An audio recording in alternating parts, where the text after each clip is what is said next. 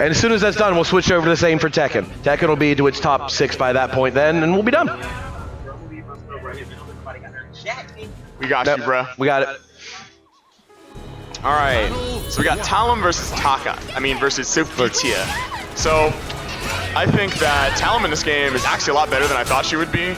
She's actually really oppressive when she gets in with the way that she can transition into stance.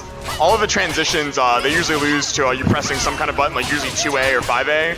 But if you're kind of like asleep or you're afraid to press a button because she's conditioned you not to, she's really oppressive. Like, ooh, that was yep. So it's definitely going to be interesting to see how. I think it's interesting to watch how people try to defend against Talim because you can't really do it 100%. At least, especially not week 1. Yeah. But like, more than any other character, her transitions and her gaps are real. But at the same time, Sophitia is also like hella ignorant, and when she gets in, there's not a lot of thinking going on. You just kind of do it. Yeah, it's plus on block for whatever reason, and it's also a guard break, so you cannot GI it. Yeah. I do believe you can step it after that first hit, though. The glowy blue option, you mean? Yeah, I do believe you can step it after that hit. I would hope so. Yeah. But that is a pure mix-up. And also, a lot of these things, I believe, just kind of lose to 2A, but, you know, it's hard to just press 2A sometimes. You're right. So, one of the things that... Ooh. Who? Oh, yeah, we can do it up here and stretch time. Yeah. So one of the things that I feel a lot of the players aren't really making use of is, yeah, there we go. So Soul Charge is like a really good way to get somebody off of you if they're pressuring you.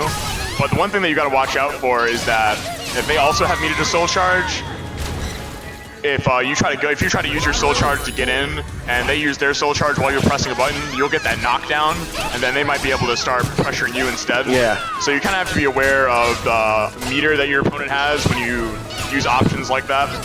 I feel like at higher levels, that's going to start looking like Overdrive and Blaze Blue, or, you know, Under Night Veil Off. So, yeah, people like, both popping it in response to each other to gain like 3 frames of If you already look at some of the pre-release tournament footage, you see a lot of that where somebody will Soul Charge and they'll be like, oh, no, I'm not. No, you're not. Mine. And then you do it right back. Yeah, that's what it's going to look like. And also, like, that's one of the things I actually want to lab more is Soul Charge has like a really weird hitbox where there's like a range where it won't hit you, but at the same time, it's invuln. Like, the whole thing is invuln, so you can't like whiff punish it. Like, some people thought, oh, well, you know, if they run up and they whiff Soul Charge, I can, you know, hit them or something. It's like, you're still kind of invuln. Like, I don't think there's a way to punish it. Yeah, you got to be just right at just the edge of that hitbox and be able to reach all the way in. Now, see, that, in that situation right there, I think it would have been smarter for him to go to, you could have killed him with Critical Edge. Now, see, like, right there, that's what I'm talking about, where just because somebody is in Soul Charge doesn't mean you can't use yours back. Though in that situation, I don't know what he pressed after he got the knockdown there, but he probably should have pressed something a little more like 4B instead of, I think he went straight into Angel Step there.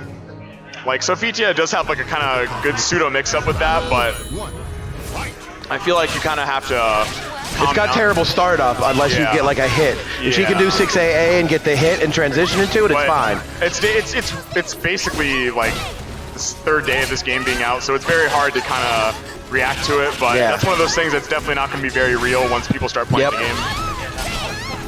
But right now, Sophitia players can take their W's while they can. That's damn right. The GameStop release tournament I won with Sophie. I've never played Soul Calibur since Soul Blade. Just by knowing Sophie being the same thing and looking at the moves like, all right, this is that low, this is that thing, 8-way run, we're good. Okay, that is not going to last for too long. I went 0-2 already today, just for the hell of it. People start figuring out that Sophie stuff, it's not that complicated. This character, on the other hand, Talim, is way more complicated to look at. I mean, it's the same thing where it's a lot of stuff that's not super real, and you kind of just have to figure out. Yeah, you got it takes time. Your brain has to recognize these things and be able to recall that. Yeah, but Sophitia is probably one of the best characters to get those early W's with because she's not very. You don't have to think too hard to play her. Oh man, there's not really a lot of like decisions you have to make. Oh, that was a good GI. Yeah, Talim and Soul Charge is honestly, I think, one of the scariest characters in the game. Like, you saw how much that did? Yeah, it doesn't take much. Like, you think that little character has to hit you a million times to rack it up, but no. So that move from Talim is actually launch punishable, but I have not seen anybody punish it. And nice. Ooh. I cannot allow myself to fall yet. 1-1. I didn't update the scoreboard. My bad, y'all. Trying to figure if there's a way I can get some camera light going on here. The sun is setting behind us.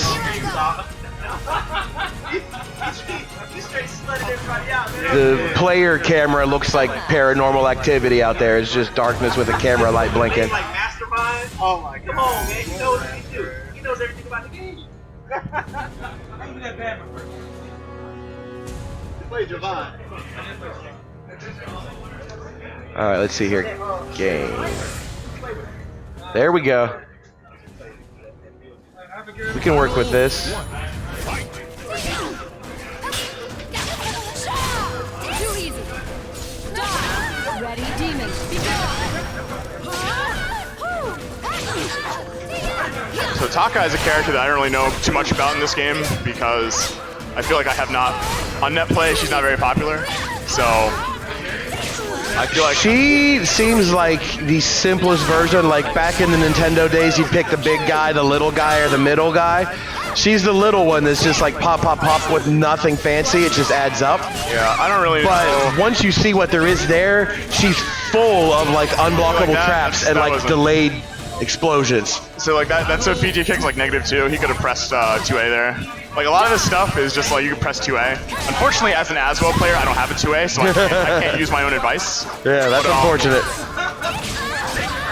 But if you have a fast 2A like Takai, like a lot of this nonsense that you're getting hit by is just, you know, you press 2A and it beats it.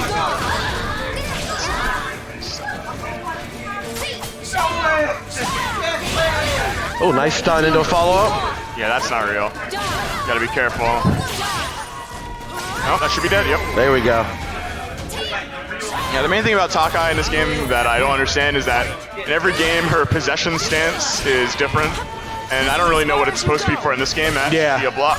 I don't know that much about it either. Nice. But in this game, it looks more like a frame trap situation where I believe the B follow-up is plus, and the A follow-up beats stepping. So it's kind of like a mix-up between you pressing a button Right. or you stepping. Too easy. Damn, even this tournament has BB tag as first to 3, and Avo can't do it. I said, it's funny how this tournament can get BB tag first to 3, but Avo can't.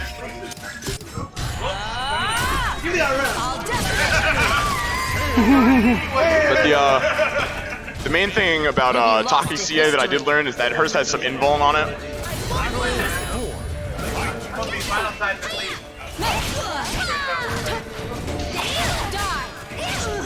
Yeah, there's just such a deep library of information to learn. It's not even just like characters themselves that have been tweaked a little bit since games past. It's just how to apply the new mechanical system. What causes lethal hits, what gets you follow-ups, Yeah, so luckily what there's a has lot built-in of- GI, etc. So what's really great about the character's moves list this time is that they actually tell you what the lethal hit condition is. Yeah. Yeah, it says lethal hit, but then underneath in the little notes it tells you why. Because they're not all just like fatal counters. Some of them are whiffs, some of them are various other things. Kind of need to know. Sometimes like a lethal hit will connect and you're like, well, he didn't press the button, why did it do that? So yeah, that's the other thing about GI in this game. It actually stays out for quite a bit. So I would soul charge back here.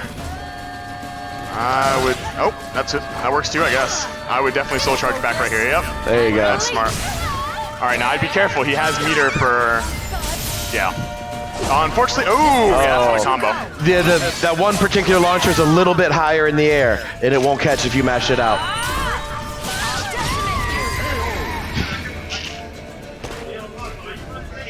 So that is 2-1 Mexicutioner.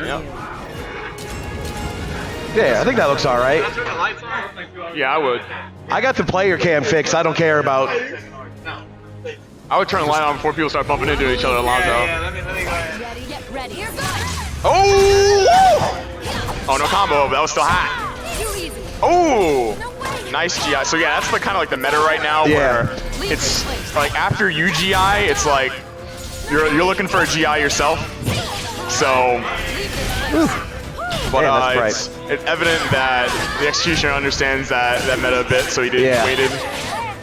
Because so the other thing about GI and how it works in this game is that depending in older games, the amount of frame data you got from GI was dependent on when What you pushed off. no. So in the older games, it was timing. So if you timed something really tight, like if you GI'd at just the right time, you would get more frame advantage. But in this game, it's just by the move. So fast moves give you a lot of frame advantage when you GI them, and slow moves only give you like +8. So Interesting. Yeah. Like, I'm not like I said, I really want to see the frame data in front of me to see like what I can do with it instead of just like guessing at all this stuff. Like, Yeah, I don't know if I get a GI, I don't know what I'm supposed to do with it. yeah. So I mean, that's one of the things I have figured out. Like if you get if you hit like a fast move like an AA, you can just go ahead and launch them. But obviously they can GI afterwards, so you have to watch out for that. What? Nice. Yeah, you can interrupt that. That's not real. Ready, demon. Be gone. Oh yeah, I don't know. You just gotta not panic. So it depends on what follow-up he's doing, but the one he's doing is like super unreal. You can just 2A that. I keep doing that. DQ! That's the round. DQ. Take the round. You'll be lost to history. All right. You get the next round. So that critical edge lands. That moves us into match point from Executioner Alright, here, up so- 2-1, games and rounds. I want the Executioner to win because I lost to him, so it's like if he wins the tournament, it's like, Right? well, y'all can see me afterwards, apparently. Leave this place. I'm the third best player of this tournament. Terribly seeded bracket. Ready, demon. Oh, it's so quick. This is the dirtbag that plays King in Tekken, does the exact same shit. Has that like nearly